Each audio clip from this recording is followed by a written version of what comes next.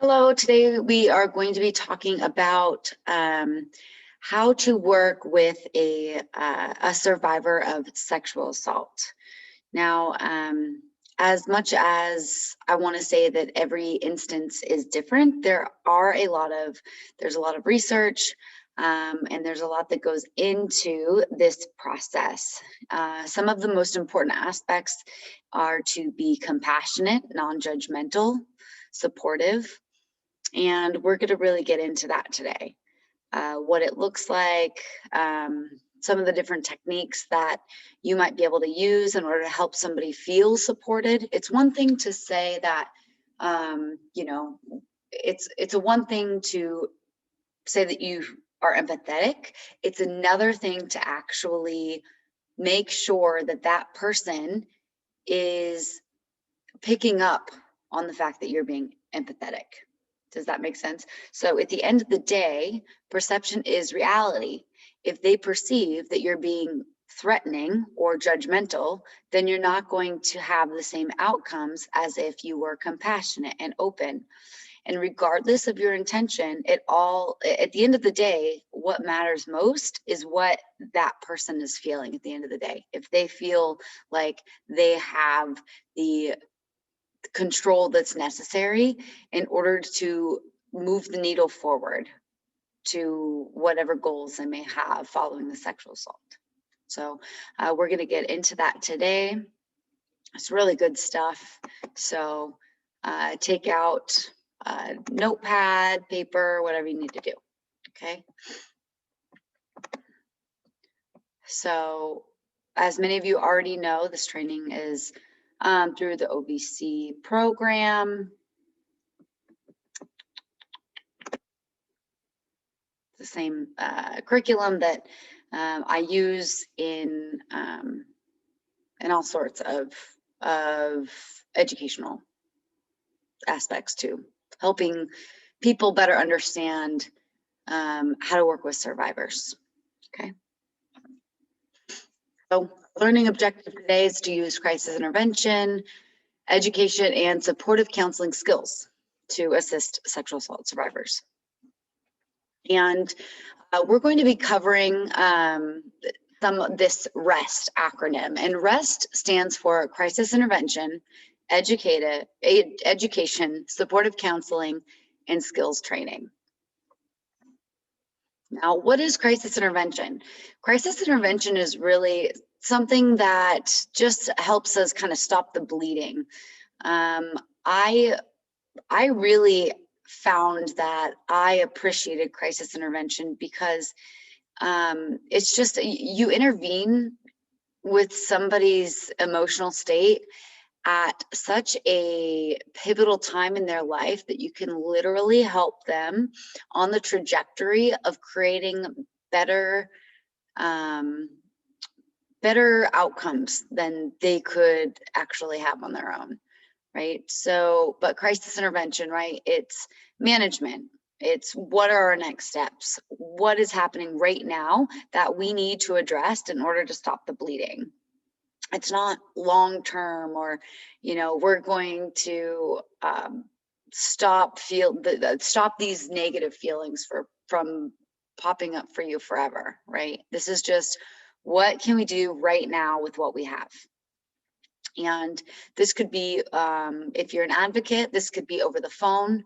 Honestly, it could just, if you get a phone call one day, but for advocates, it could be face-to-face. You can meet somebody at a hospital or a police station or a crime scene, or it could be over the phone.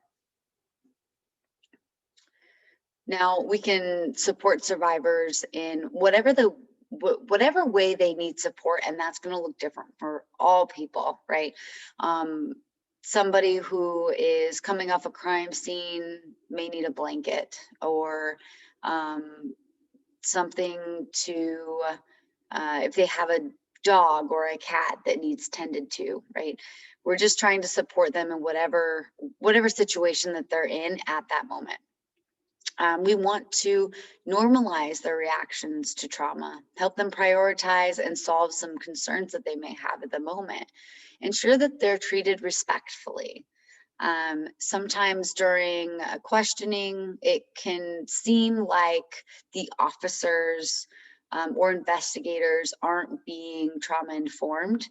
At the end of the day, they're there to get information. They're not there for the victim. As much as we like to think that it's police officers' duty to make us feel nice and warm inside, that's our job. And we get to take that very seriously. If somebody is being treated disrespectfully, there are certain ways that you can talk to a police officer and just help them to recognize that we're both there for the same reason, right? Which is to, if you're, with the police officer, you're trying to get evidence. And if the police officer is nice and compassionate and non-judgmental, then they're going to get the evidence that they need. If they're not, it's likely that our client, their witness is going to shut down, not be able to, remember certain incidences of the event, and just kind of emulate a lot of those post-traumatic stress syndrome or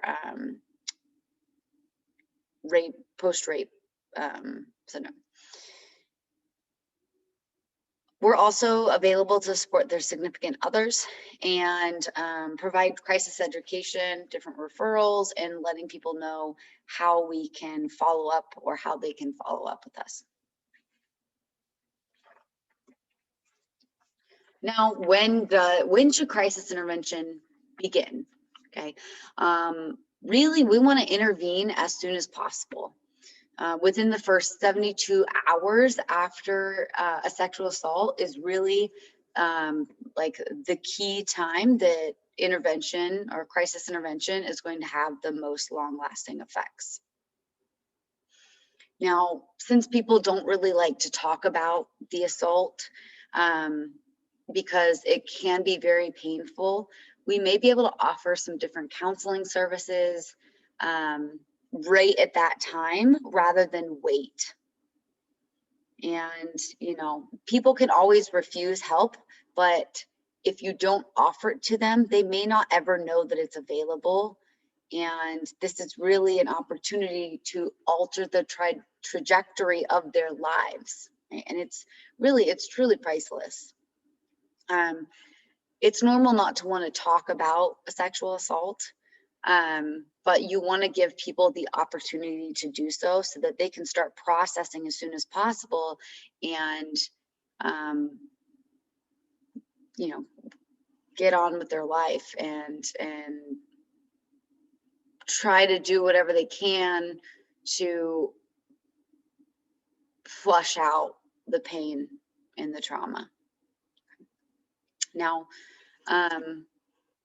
victims will often blame themselves for the sexual assault, maybe because they did something that made them vulnerable. And because of this, they could be overly sensitive to maybe possible blame by others. So they're always going to be looking out and trying to figure out, is this person standing in front of me blaming me for this incident? Remember, people have trauma brain, so they're constantly scanning for threats. And if you show any sort of threat, then you're going to lose the rapport straight away. And it's important that we understand and we remember that victims are often blamed. Not only, they could blame themselves, but they're also blamed inadvertently sometimes, or directly, unfortunately, by their significant others or people in their life that are closest to them. Now, of course, this is done unconsciously sometimes and consciously. Sometimes it could just be a comment that's poorly phrased that can hinder somebody's ability to be successful later in life. And it's just one offhanded comment that somebody made while they were in a state of trauma, and it got ingrained into their minds, and they will forever remember what that person said. So it's very important that we are cognizant and understanding of what is going on in their brains, their bodies, right? How the neurobiology of the trauma may have affected them. And when you really are able to understand that, right? That's why we have 66 hours of education in order to even talk to somebody. It's because this is so very important, right? We are a person that can literally save somebody's life. Okay, so that's not to be taken lightly, but I also don't want to put so much pressure on you. You know, we have all sorts of people, walks of life come through, and they become great advocates. And generally, if you're able to take a breath and be present with somebody and kind of read their body language, you're going to do fine. But it's really the 66 hours of education and practice and feedback that's going to allow you, when you're personally in a state of maybe secondary trauma, or you know, you're excited about what's going on. These situations can tend to be that way. We could be afraid of saying the wrong thing, but if you just take a breather and rely on some of the things that you've learned, you don't have to say everything exactly, but it's very important to be cognizant that whatever you are saying, you know, you're guiding this person in a state of trauma. So didn't mean to go on a rant there, but yeah, I just want to let you know it's important. So where are we at?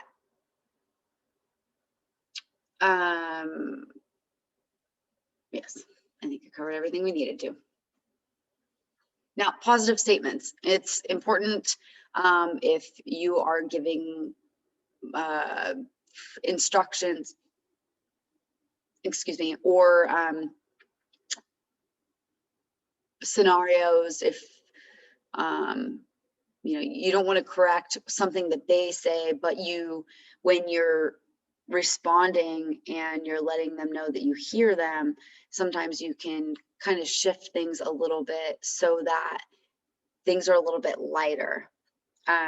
So some of the positive statements you can kind of think of on your own, but a couple of them are: healing happens. Okay, this situation that you're in is not going to last forever. These feelings that you're feeling are not going to last forever. You are going to look back at this and remember it as an incident. Secondly, you will get better, right? You will laugh again. You will have a romantic relationship again. This will all get better, you know, because these things have happened to you does not change who you are. This is just something that happened to you, and we're going to get into that a little bit more. And as we move through this process, we are going to practice certain things that you can say. You know, some of the things that will really change somebody's life. And I even know, because my life was changed because somebody said this to me, is you are worthy of love. Totally changed my life. Okay. And I had never heard that before. People need to hear that. A couple of things. One is I believe you, you know, and communicating that you believe what's going on and what happened in that person's point of view. Secondly, man, what is it? I believe you. I'm here for you. We're going to get through this, right? There's another one. I can't think of it right now. It's I believe you. Something else. Well, I'll think of it, right? But there's a lot of different positive statements. If you want to, we will have an exercise later that I will post, and you can do that with a partner. Okay. We're not going to go through these. Okay.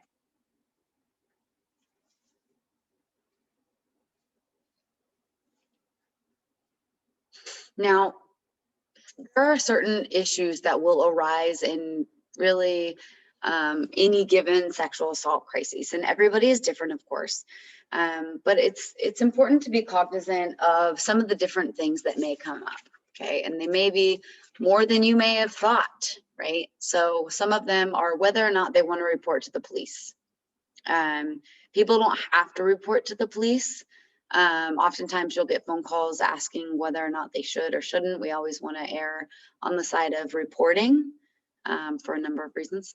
Secondly, concerns about the use of alcohol or drugs, especially if somebody is younger, they're going to be a little bit more, they are going to be a lot more intimidated about coming forth about a sexual assault if there's any drinking or drugs involved. So it's important that we make sure that they understand that we, the police, investigators, they are less concerned about the rape or the alcohol and the drugs and more concerned about the safety of them, right? They are to protect and serve, not get somebody in trouble for drinking. But especially when you're young, irrational fears can pop up. Okay, deciding if they're ready to label the forced sex as rape. Some people want to call it something different. I always let the client choose what they want to call the assault, right? Sometimes people, I've had clients who have wanted to say that thing that happened, or some people want to call it rape, right? Like just straight out. A sexual assault, an incident. And all of these words are going to have different meanings for each person. And I'll just remind you that not everybody feels comfortable being called a survivor. I know some people like to be called warriors, right? At least later on, or a victim. Some people are still in that victim mindset, and that is completely fine. Okay, we don't want to force any labels on people, just like we don't want to force a label on what the experience means to them. They could be fearing their immediate safety, of course, and deciding whom to tell and how to tell them. People don't have to tell everybody what happened. They do need to tell you. It's an important part of the process. But like, just as an example, if you have a 16-year-old and you're in California at least, and they've come in to tell you about a rape, they have confidentiality and privilege over that information. So if they don't want to tell their parents, they don't have to. You can encourage them to do that, but maybe they can tell them in their own way, on their own time, right? And also, we'll get into this a little bit later, but helping them to understand that people are not going to understand sexual assault. And that's just part of the reality of the life or culture that we're in. And that they shouldn't take it personally if people say offhanded comments, right? Letting somebody know what to expect beforehand will help them in that incident. And then if you talk to them later on, they can come to you and say, you were right, so-and-so said this to me, whether it be, you were asking for it, you shouldn't have been there, all those sorts of things. These kinds of sayings can ruin somebody, and put somebody into depression, and the other person has no idea that they're doing it, right? So if you help that person become a little bit more resilient and understanding that projection is their own insecurities, then that will help the person, so on and so forth. Okay, and finally, confidentiality issues. Whatever they say to you is completely confidential. Moving forward, deciding where to go after the exam. Maybe they go home, maybe they go to the shelter, maybe they go to a friend's house. Deciding if they will have an evidence kit exam, that's also known as ASSART, Sexual Assault Response Team, which is done at, here in Redding, California, it's done at Shasta Regional Medical Center. Unless they're under 14, then it's considered child abuse, and it's done at Mercy Medical Center. Fears of media involvement.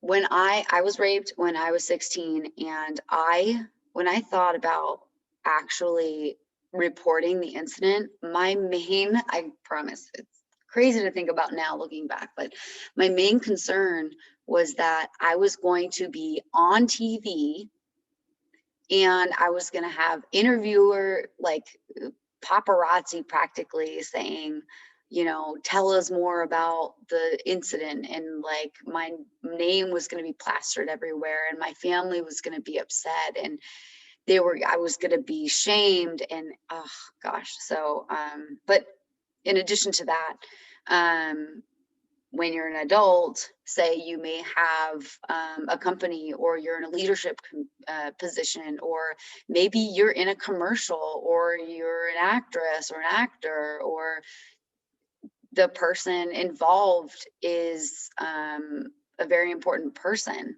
right? So these are real things, real situations. And if you do come across somebody who is in a leadership position, even you may recognize that person's name, it's always important to go to your boss, your supervisor, and let them know that you're handling some information that should be confidential. And then within our system, actually, it kind of, it goes in. There are ways, at least at One Safe Place where I used to work, there are ways to create a higher security around certain portfolios or profiles or data sharing technology. Okay. That's not to say that we don't treat all data as very important to be secure, but sometimes there's certain protections, you know. So as an example, if somebody that you worked with was an assailant or was reporting a rape, you don't want other people in your own organization to know, right? That is their confidential information. And I think it goes without saying that they aren't going to want their employees to know about it. So you would put extra security on that data. Okay. Suicidal thoughts, fear of contracting an STI or HIV/AIDS, fear of becoming pregnant from a rape, and of course, shame, blame, you know, it's an embarrassment. I'm gonna put this on pause real quick. I just need to connect my charger.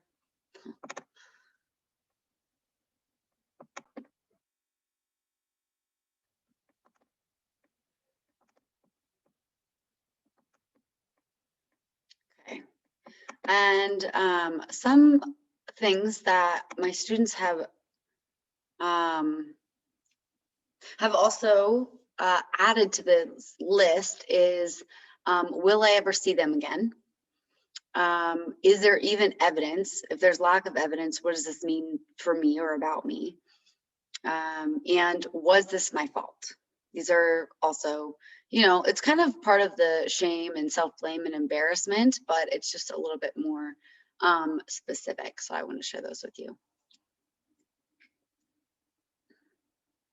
Now, what is a supportive relationship, right? And what is most important for we as people who are helping support these sexual assault survivors through this process, right? So it's acceptance, empathy, and support. And effective crisis intervention really requires establishing this kind of therapeutic relationship with victims. And that really will lead to successful crisis intervention. And it's going to look different from relationship to relationship. And it'll also look very different, right? From, say, if your daughter or son or brother or sister or mom or dad told you that they were raped, this is going to look a little bit different, right? So for me, I absolutely will help a friend, right? But I have to put on like this, like these glasses, right? Or this like boundary so that I can help people, and like it's almost more clinical, but it's just kind of like I have to put on a certain persona when I'm helping somebody through this, right? And you have to leave any judgment or bias at the door, right? When you are helping a survivor, there is no room for that. I want to make that clear. You are never a judge. You leave that for the judge later on. Your role is to help that person, regardless of whatever's going on or whatever judgment or whatever you heard the police officer say. Yeah, sometimes it's nice to have a little bit of background information about the scene or whatever happened before you got there. But if the police officer makes any sort of judgment or has an opinion, don't let that get in the way of how you're going to help this victim. I want to make that very clear. Because, especially because police officers don't have the same training that we have, and their job isn't to support this person. Their job is to find out what happened or just get information. So they have their own techniques of getting information, and we have our own techniques of making sure that our survivor is successful in their recovery. Okay. Now, conveying acceptance. Okay, it's so important. Now, non-verbally, you want to maintain calm facial expressions. I will say that doing this work, I have heard about and seen evidence of the most horrific scenes of my life, worse than anything I've ever seen on TV. Okay, it makes me shake just thinking about it. When somebody is telling you what happened to them, you cannot be excited with them. You cannot react as if what they're telling you is a big deal, because mainly we want to normalize, bring down that heightenedness of it all. And we are there to be a rock. We are not there to get caught up in any drama or, judge what that situation looks like from our perspective, because our perspective doesn't matter, unless we're helping them kind of get through something, right? But our judgment of the situation doesn't matter. Saying things like, I can only imagine that was really difficult for you. Maintaining this kind of strong, calm facial expression. If you need to cry, you can cry outside. But when you're standing in front of a sexual assault survivor and all of this stuff just happened to them, you need to get your shit together. You know what I'm saying? Like, there's no room for that. Nodding, right? If somebody starts to get caught up in their story, simply a nod, right? Or leaning towards them and saying, or no, you don't even have to say anything, right? But just reach, or just leaning towards them and helping them understand, know that like this nonverbal language is so important. Lean in so that, or sometimes I go like this, because this just signifies that I want to hear more. I want to hear more of the story. And so you don't have to tell them, I want to hear, tell me more, which is a good way to do it, right? But leaning in will just give them the cue that they're safe to keep talking, and that you are accepting what they're saying, and you want to hear more. You're not disturbed by it. Okay. And then, if you want to touch them on the hand or on the shoulder, that's great too. Sometimes you can kind of feel out somebody if they need a hug. I always like to ask first, can I hug you? Sometimes I just go for it, you know what I mean?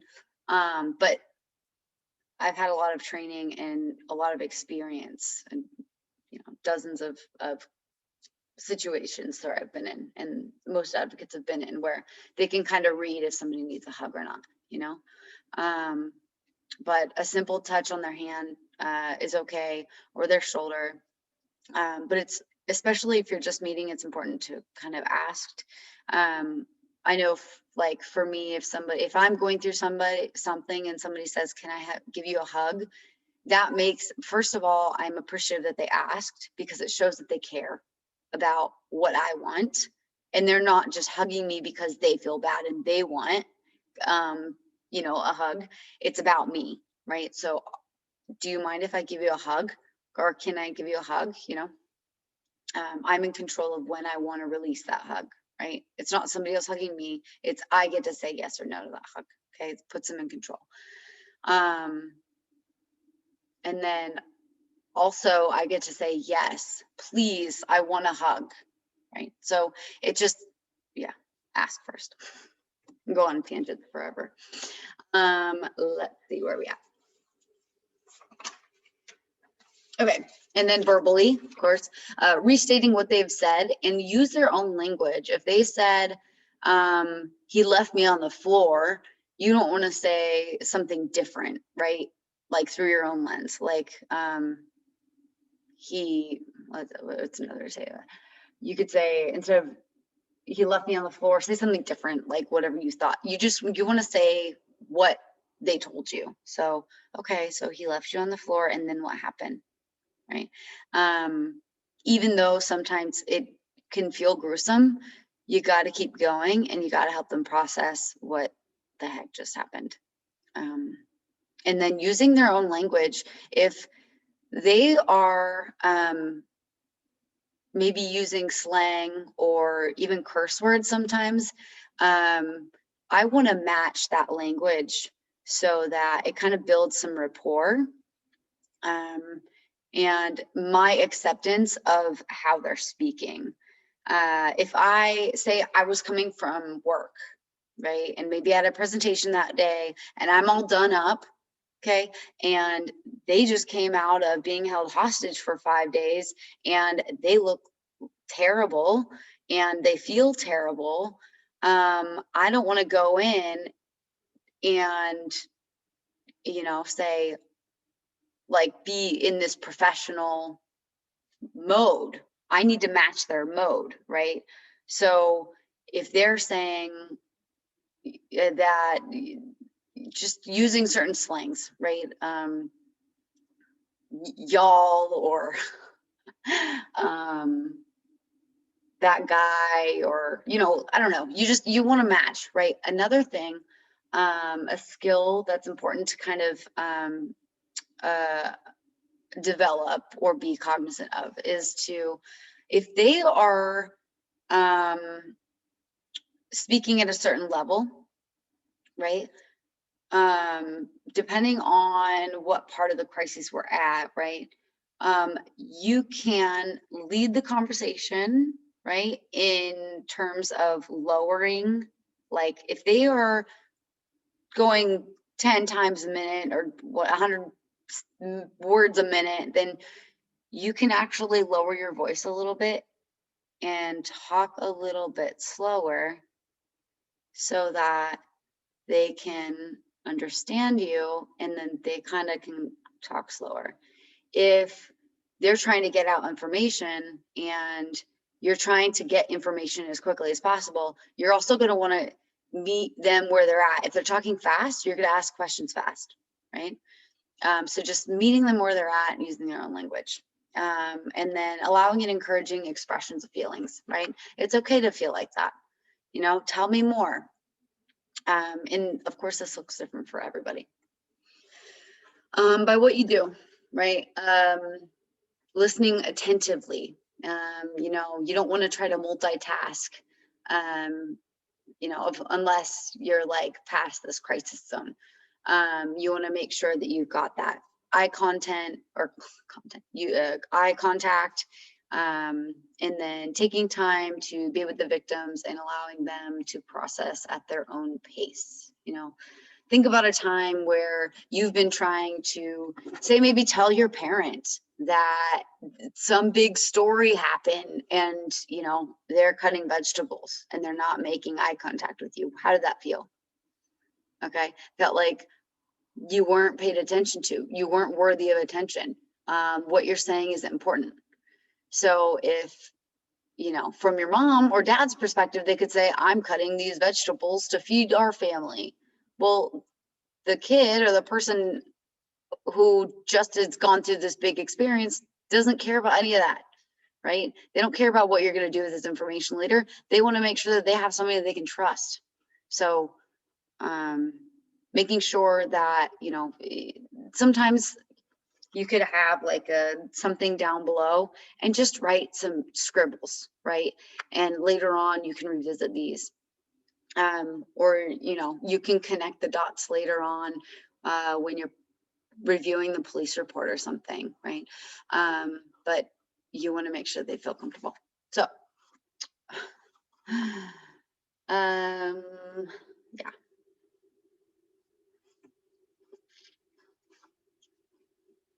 And how can you convey empathy, right? Like I said, it's one thing to be empathetic. It's one thing to convey empathy.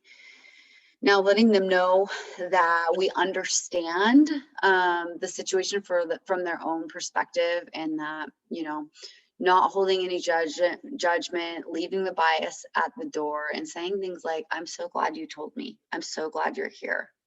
You know, you're doing a great job. I believe you're going to get through this.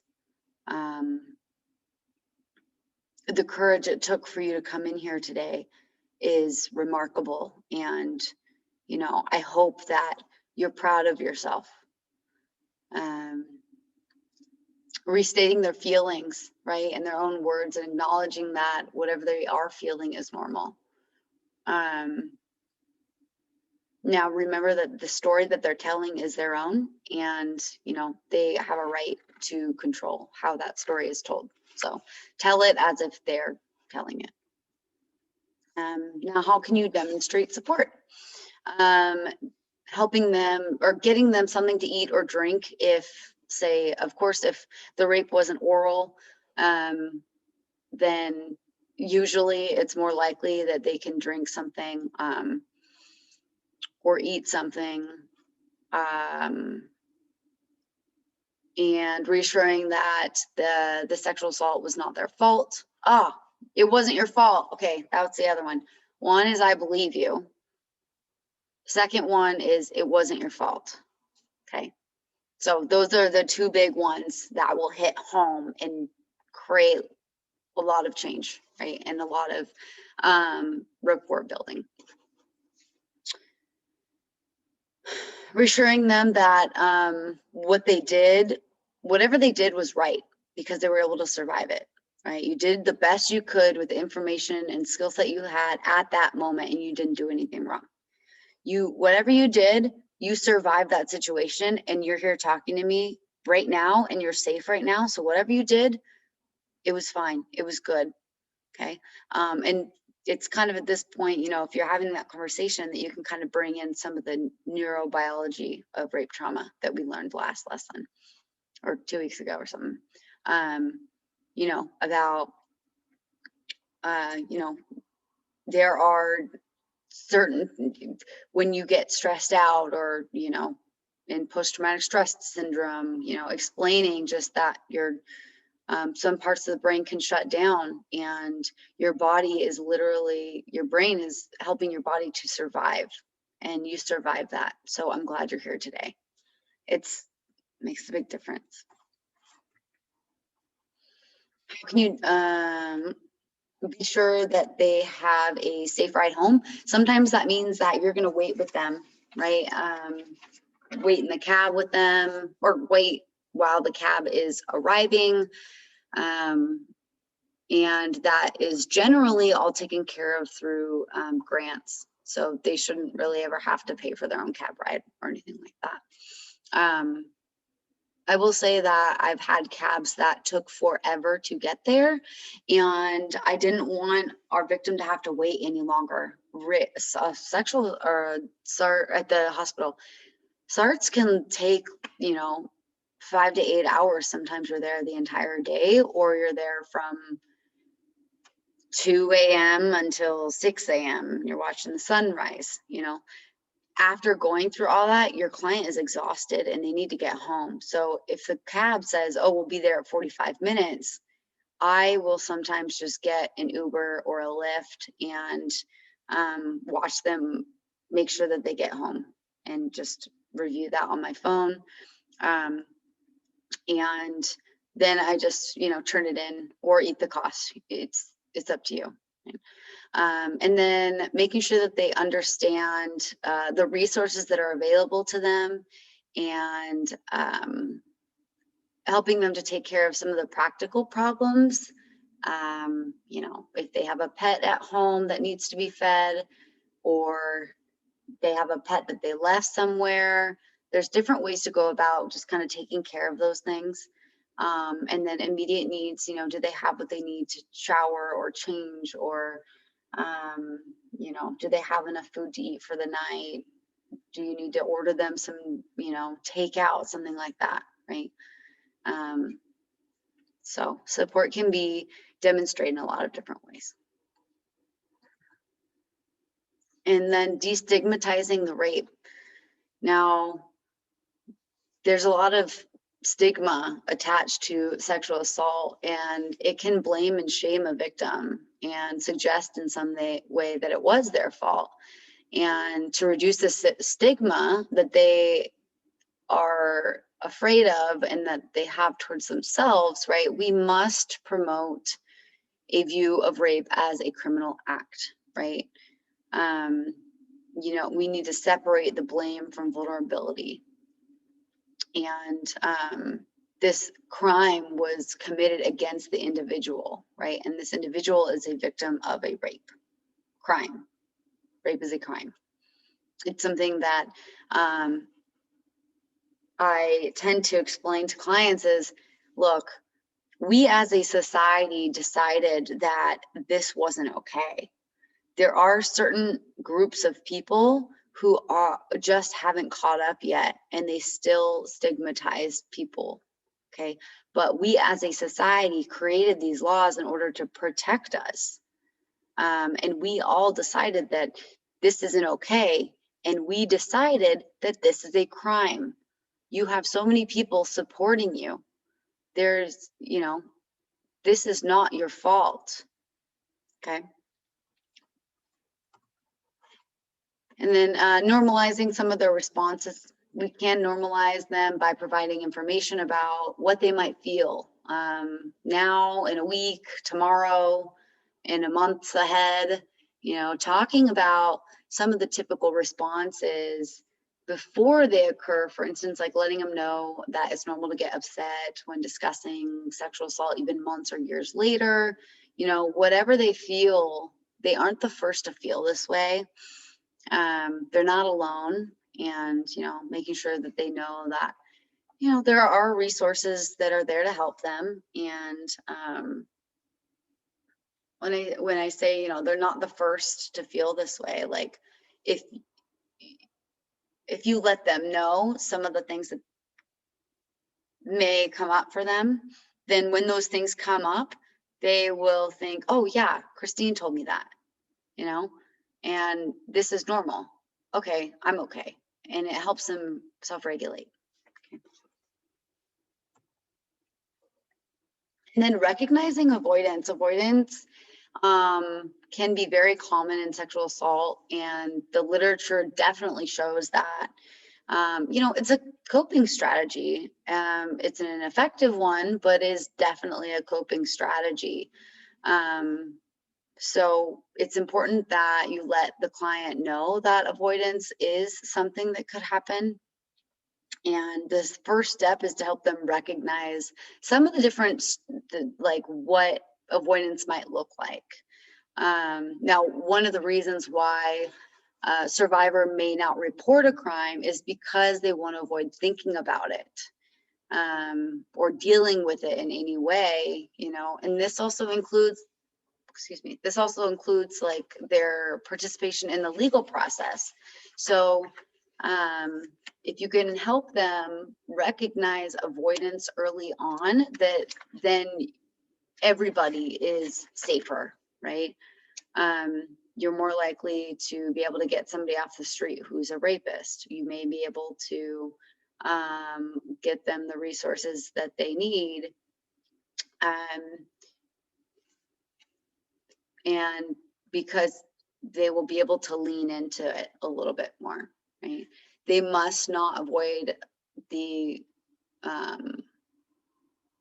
cognitive and behavioral effects, right, of the crime if they want to recover. And the first step is to help them understand that this painful process of facing their fears and anxieties, it's actually very necessary. And that even sometimes other people in their lives may encourage them to be avoidant. And this really may be just a projection of somebody else trying to avoid the situation because of their own concerns about how they feel about the assault, you know, whether or not they wish they could have controlled it or prevented it or something like that. Maybe they are avoiding this situation, but it's very important that they know that it's important that they lean into the situation and they don't avoid the pain and suffering around it. They need to get through it. You can't go around this stuff. It always comes back up. Sometimes it gets worse. So, you know, it's best to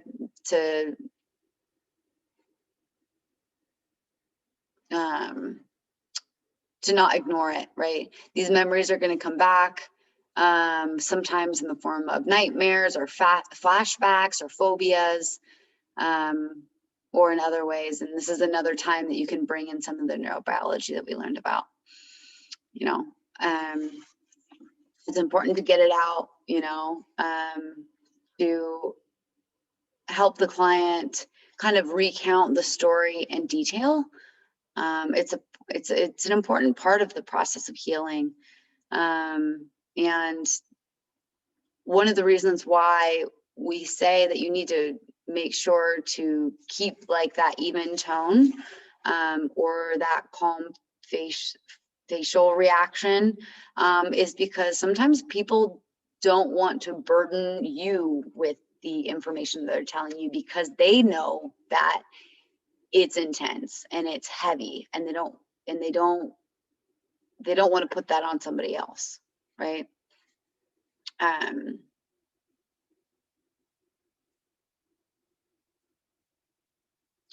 In addition, they may feel that if they do tell somebody else, then all of a sudden we'll know what they're feeling.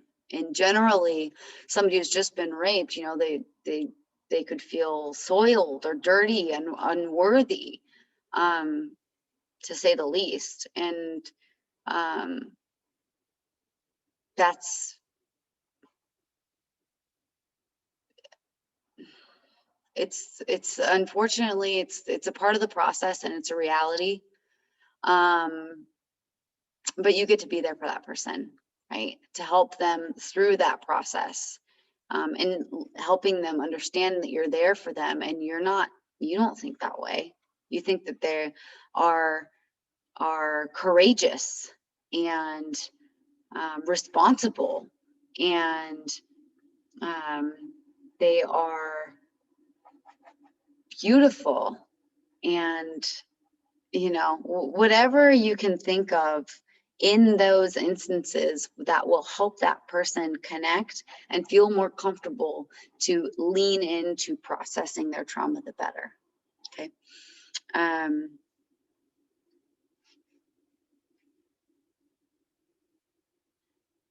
It's also important that we don't force somebody to tell their story if they don't want to. Now, we know that it's important that they do tell their story to somebody. It's good to tell it to an advocate because we are well trained in this.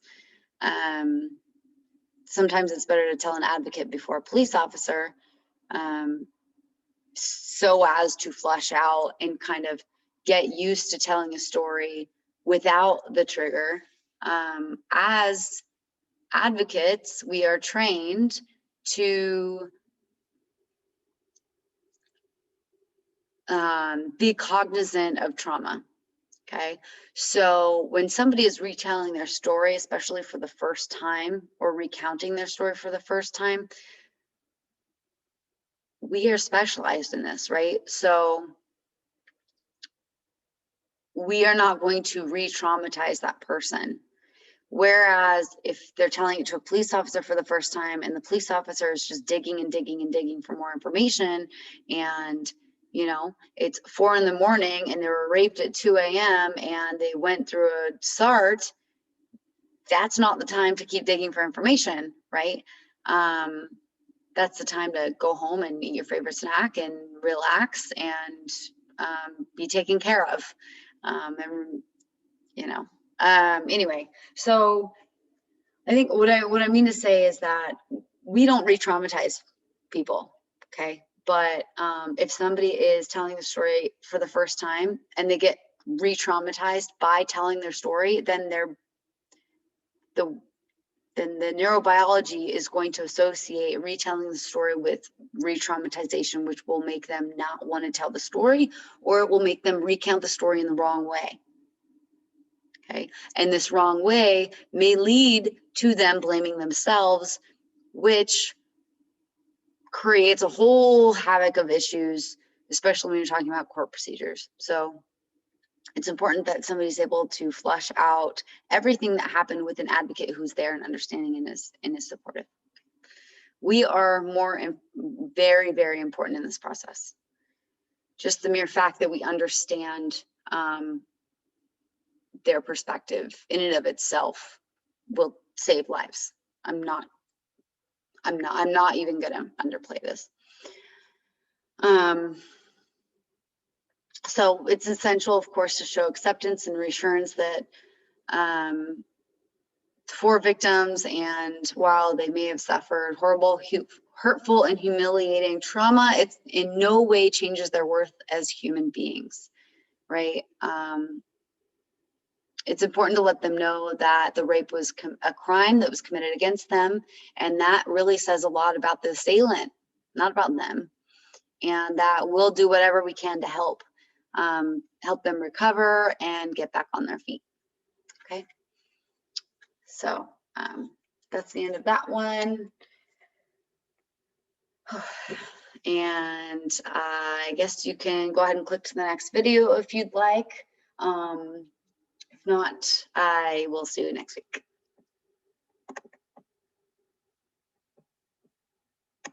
Of course, if you have any questions, you can email me.